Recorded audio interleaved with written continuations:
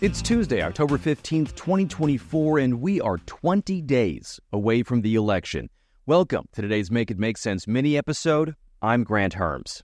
Today on the show, Trump goes to Pennsylvania and has one of the most bizarre town halls I have ever seen. And frankly, one of the most startling political performances I've seen, like up there with the Biden debate performance from earlier in this campaign.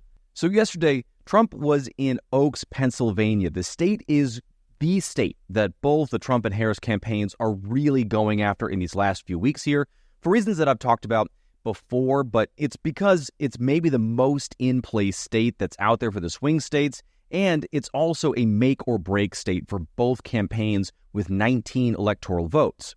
So Trump was on stage with South Dakota Governor Kristi Gnome, who has sort of fallen from grace with Republicans and right-wing media in the last few months and has only recently started to pop up again. She was in the running to be Trump's vice presidential pick and had sort of a Sarah Palin vibe around her until her memoir came out earlier this year, where she bragged about killing a disobedient puppy and an unruly goat before throwing the carcasses in a gravel pit.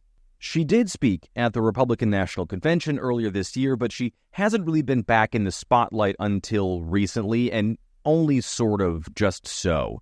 So she was there to ask Trump a series of questions in a town hall, which has become his sort of preferred style of being interviewed, which does go around traditional and even some non-traditional media, although he's done a lot of that too.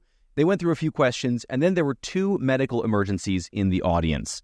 I've talked about this before, that this kind of thing does happen at rallies on both sides of the aisle, but it seems to happen a lot at Trump rallies, and way more than I can remember happening in 2016 or 2020. And I don't know if it's because Trump is booking smaller venues, which means people are more tightly packed together and they get a little claustrophobic, or if it's because Trump's appearances are a lot longer than they used to be, which means these folks who are usually standing the whole time are standing for a lot longer. But it is a really, really weird phenomenon that keeps happening. But anyway, that happens twice at this town hall. And because these places get crowded, it can take a while for the medics to get to the person in trouble, which means things have to grind to a halt. And Trump always calls the medics doctors. He says things like, is there a doctor in the house? Or, hey, thank you, doctor, which they aren't usually doctors, they're EMTs. And that's not a dig at EMTs. I'm just saying that when Trump says something like, is there a doctor in the house? He thinks that's only who's responding to these. Whatever. He also gets bored and visibly annoyed on stage that these events get derailed. So yesterday, as they were waiting for a person who was having a medical emergency to get treated, he did this. And now this clip is from Bloomberg and has been edited just a little bit to cut out some of the gaps of silence. Great. We love that man. We love that man. The number one issue this country has.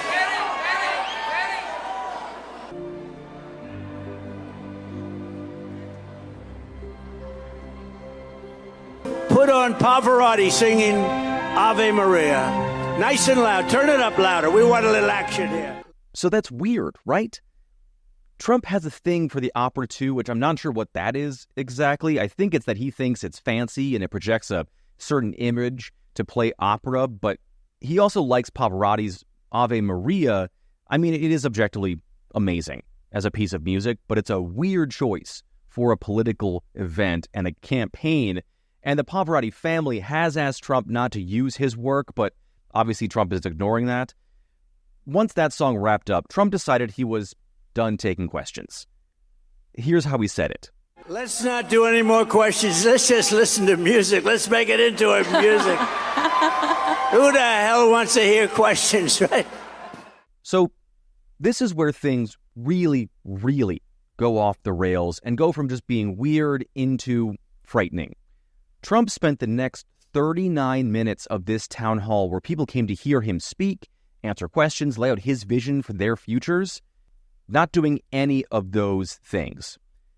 He bobbed his head, he swung his arms, he closed his eyes, but he didn't really move from a single spot and only spoke occasionally when he would sort of pop back online, is what it seemed like. But most of the time, it was like he was somewhere else for almost 40 full minutes. And I'll be honest, like I said, it went beyond strange and veered into alarming.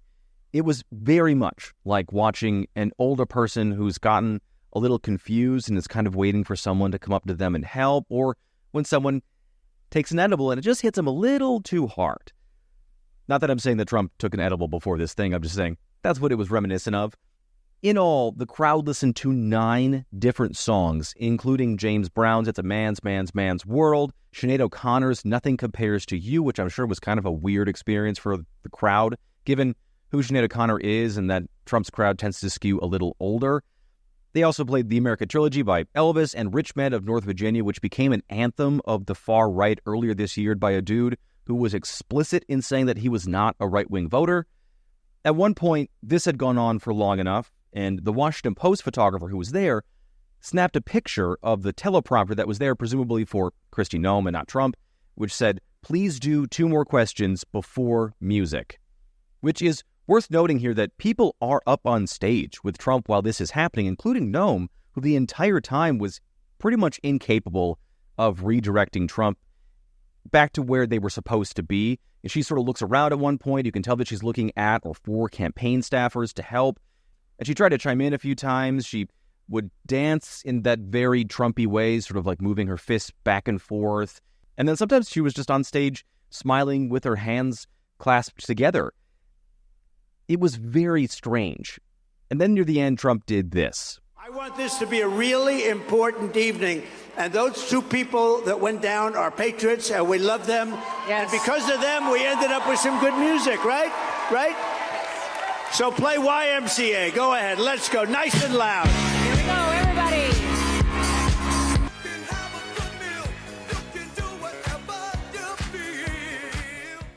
So that was one of the more lucid moments of this really weird night, and YMCA, which is a song about gay hookups, is a fan favorite at these events, which it has been for a long time. I have just always thought it was a weird choice for Trump as a person, and then for the ethos of the Republican Party that he's talking to. Regardless, and on a more serious note, the bizarreness of this event is just the most recent obvious sign of behavior like this from Trump. And I talked about this earlier this week, when I talked about health, and last week when I talked about concerns that were being raised about Trump's mental health, which his campaign has all dismissed or refuted on X. His campaign spokesperson tried to spin this event last night, saying, "Total love fest at the PA town hall. Everyone was so excited they were fainting, so Donald Trump turned to music. Nobody wanted to leave and wanted to hear more songs from the famous DJT Spotify playlist." But that is some serious campaign spin going on there, that folks were so excited about this town hall that they fainted. And then Trump turned to music, which again does mean he sort of undercut the purpose of this town hall, but that's neither here nor there, because Trump's speeches have been longer. His events have been longer. He has rambled more and had way more nonsense diversions, and his moods on stage have swung more wildly than they have in the past. But this thing was something else. He seemed to be genuinely lost and doing some real masking of that. Now, in recent weeks, Trump has been much more low energy at his rallies and in podcast interviews he's done. He backed out of the 60 Minutes interview. He's been reluctant to sit down for appearances that aren't tightly choreographed or with more friendly outlets. And then just today, he canceled an appearance on CNBC and really went off the rails during a Wall Street Journal sit-down interview in Chicago. And I don't know if it's just the campaign schedule is getting to him with so few days left. He's been all over the place. He did start this campaign barely doing rallies or events because even his aides said he was more interested in staying at home in Mar-a-Lago and is older. He is 78 years old and campaigns are grueling. But so is the job of being president. And in terms of framing this race so late in the game, this is not good for Trump, whose whole thing is that he's the candidate of energy and strength, and whatever that was last night was not those things. And the Harris campaign seized on it, posting part of the event on social media with the sarcastic caption, "Hope he's okay." And it played right into what the Harris campaign has been saying this past week about Trump's health and age, given that he's likely not going to be releasing his medical records or reports before Election Day. And the last thing here, like I said when I've talked about concerns about Trump's age or his health in the past, to those people asking, where was this when Biden's age and health were in question? Well, first, this podcast didn't exist yet, so I wasn't around to talk about it. Second, stories about Biden's age and fitness to run were everywhere on almost every single news site, and they were constant.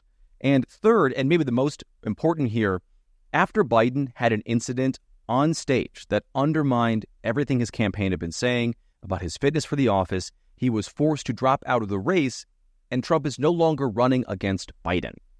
Now, obviously, it's not like Trump is going to drop out here, but what will be interesting to see is if that is the direction the Harris campaign uses to attack Trump in these final weeks. Not just that his policies are bad or that he's dangerous, but he won't be able to do the job. And now there's the better part of an hour of footage to pull from to make their point. Okay, that is it for today's MIMS Mini. Thank you so much for listening. Please rate and review the show, whatever podcast app you're listening to this on. Like and subscribe and hit that bell for notifications on YouTube. Subscribe to the Make It Make Sense Substack, where I've got extra content up there right now, just like the Make More Sense episode you heard yesterday with Mike Madrid. And then, as always, share the show on social media. It's MIMS News Pod. That's MIMS News Pod, all one word on every platform. I am at Grant Herms on X and at Grant Herms TV on everything else. Thank you so much for listening today. I'm Grant Herms, and I'll talk to you tomorrow.